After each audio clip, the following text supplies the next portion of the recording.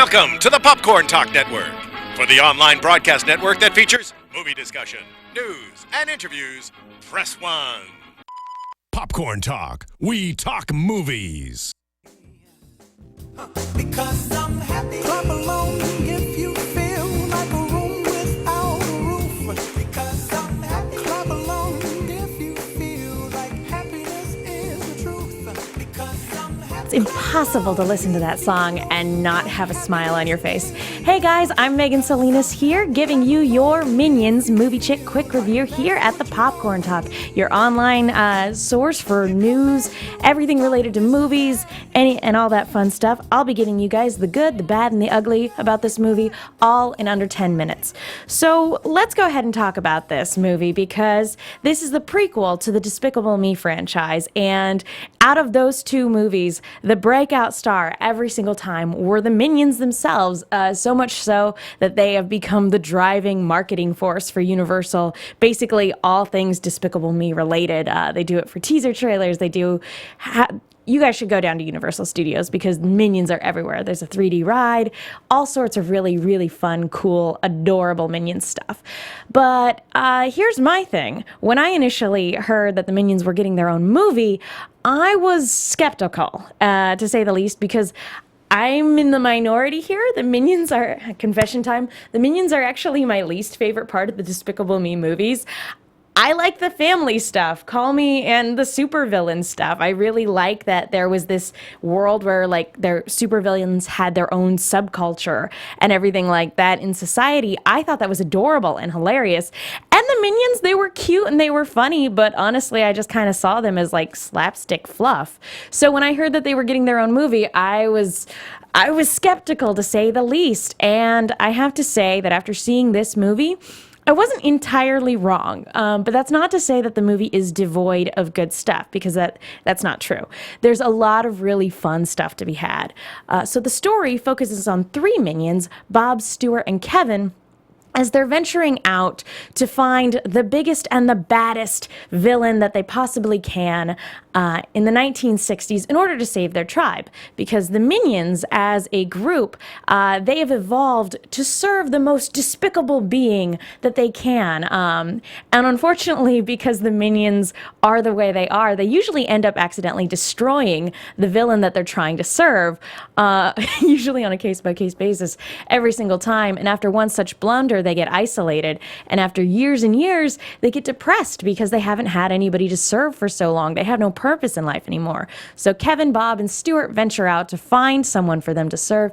And who do they find? Scarlet Overkill, the best supervillain of the 1960s and one of the first predominant female supervillains out there.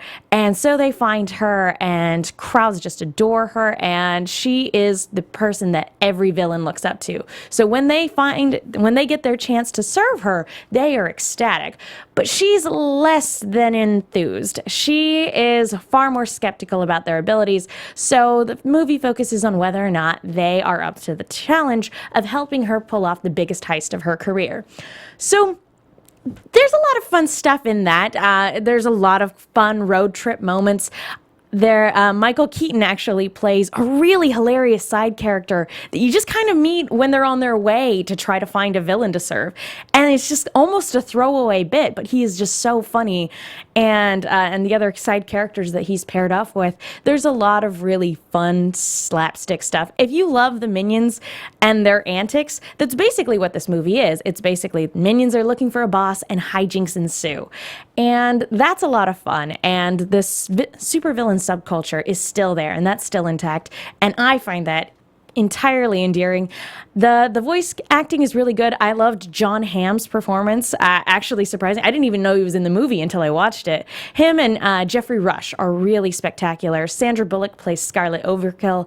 And I love it's so fun to actually hear her be a villain, because that doesn't really happen very often. And I think she makes a good villain and should do it more often. For this one in particular, though, there's a few things that I really do have to, I hate to be a Debbie Downer, but there are things I didn't like about the movie, and that's the fact that the story itself really is very simple. And that's basically all there is to it. It's just minions find boss and hijinks ensue, and that is the extent of it.